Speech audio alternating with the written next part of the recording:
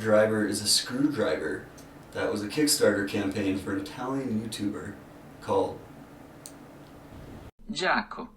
In recent years, he's transitioned away from YouTube with the launch of his first product, which was called the Maker Knife, which was a really sort of neat, really well-built utility knife.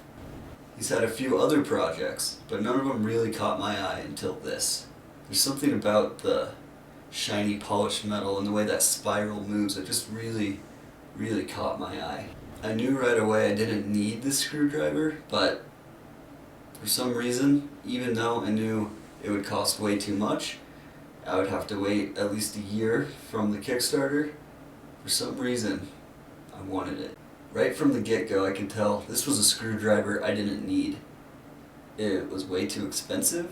It performed the same basic function that you could get a screwdriver for about $10 to do, and being a Kickstarter, I figured I'd probably have to wait about a year. Giaco. Used to make really visually stunning YouTube videos, and he's kind of moved away from that in order to manufacture these products he keeps making.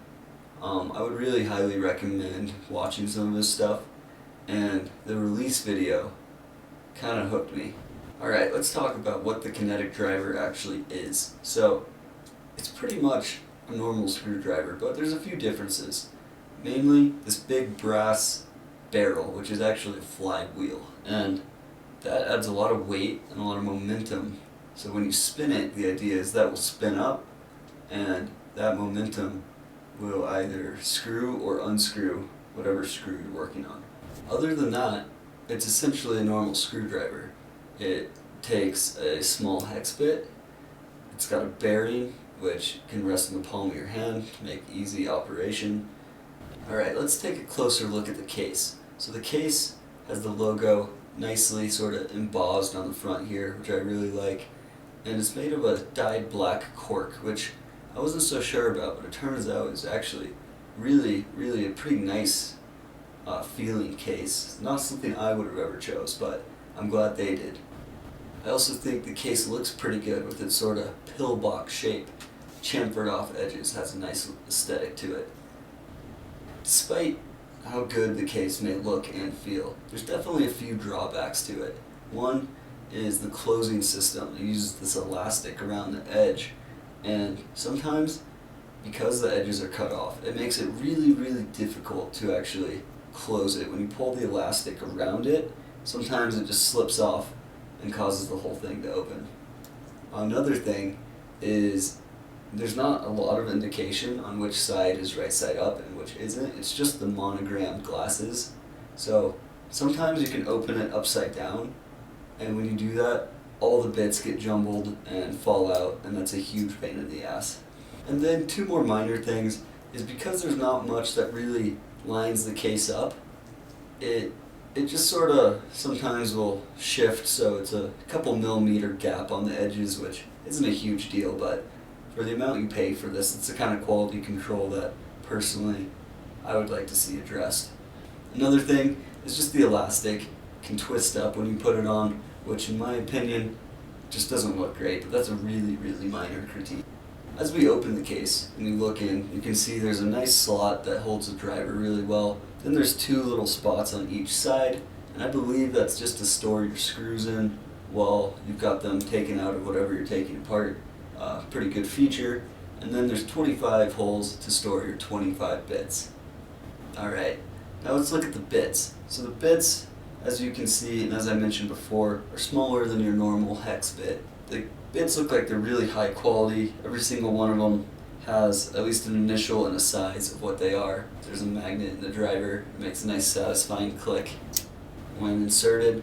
Used it a little bit and they seem to be holding up, nothing stripping. Now, what I do want to address with them is it's a bit of an odd selection.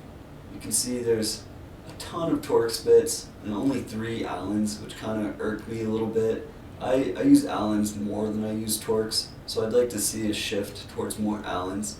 Of course I can always get more, replace them, but just something I noticed. I also, I just kind of wish there were more bits. Alright, let's talk about the driver itself. So, the first thing you notice is this thing's got a pretty striking appearance. and I personally happen to think it looks really good. I'm a big fan of polished metal. I think the look was really important when they were designing this, and it shows. The contrast of the brass versus the steel, that really warm yellow color, and then that sort of dark, cold, steely color, really looks good, and all the parts seem to go together. There are a lot of small details, as well as some big striking features, mostly this big spiral on the brass flywheel, which looks great when it's spinning. The brass itself is unfinished, meaning that even though it's highly polished, it will patina and dull and even start to turn a sort of brown, which some people really like. I'm not a huge fan of, but I can always polish it up, which I think then gives it a really cool, nice, polished, yet patinaed look. I also look forward to seeing how the barrel patinas and these grooves might stay shiny because the oils on your skin are never really touching. Now, like I said, overall, the look is fantastic. The only thing I think I would change is this bearing on the end. It's a ceramic bearing, which is a really high quality bearing, but it just really looks out of place. Everything is metal, and then there's this white ceramic, and it kind of looks like plastic. I think I would have preferred a lower quality steel bearing that looked better, or maybe just something that covered it. And I realize that would probably make it more difficult to change, but I think it would be worth it for the look. The next thing you notice right away is right when you pick it up, it's really heavy. The brass flywheel, as well as the all metal construction, means you don't have to push down very hard, and the weight of the screwdriver provides a lot more grip than a cheaper plastic one would. Continuing with the feel, the metal's really nice and finished and polished. There's no sharp edges, it all feels really good in the hand. And then it's got this nice knurled section. And this knurling it's pretty damn good. It feels really nice in the hand. I actually personally would prefer a little more grip. I think it's done in a way that favors smoothness and feel-goodness rather than grip, so I'd like to see that knurl a little more aggressive, a little grippier. And then the rest of this polished steel barrel really fits nicely kind of in the crook of your hand, and because it's polished, it slides over beautifully. Alright, so it looks good and feels good, but let's talk about how it works. And this is actually, I was a little disappointed here, because the main feature is that spin feature, right? Put it on your palm, give it a flick, and then the screw goes right out or goes right in. And what I noticed doing this is usually a screw initially is too tight to have that work, but then once you get it loose and you do it, most screws are not long enough to have any benefit, and it spins one or two times, and then the weight of it just kind of grinds the threads together once it's all the way out, but the weight's still pushing it into the hole, so I don't know, a little disappointed. I also found when screwing something in, most screws I used anyway they had too much resistance, so it didn't really work. You'd get like 1 or 2 spins out of it max.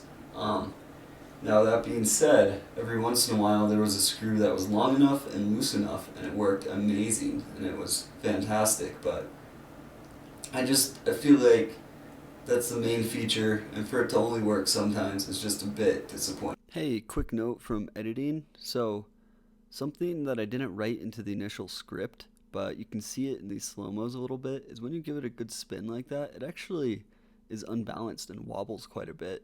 And for the amount of time they spent and the amount of times they claimed they were doing quality control, I'm a little disappointed to see that it's out of balance. Now, something a little unexpected that I've personally thought is the best feature is this large flywheel actually gives you a ton of leverage when there's a sticky screw. You can use it and get way better grip on the large barrel, even than the knurling, and it really just helps get stuck screws so much easier. I know I've had a little screwdriver plenty of times with the stuck screw, and just not getting any grip on it is so difficult. In conclusion, this is a beautiful screwdriver. It really is well designed and well built, and it makes a statement.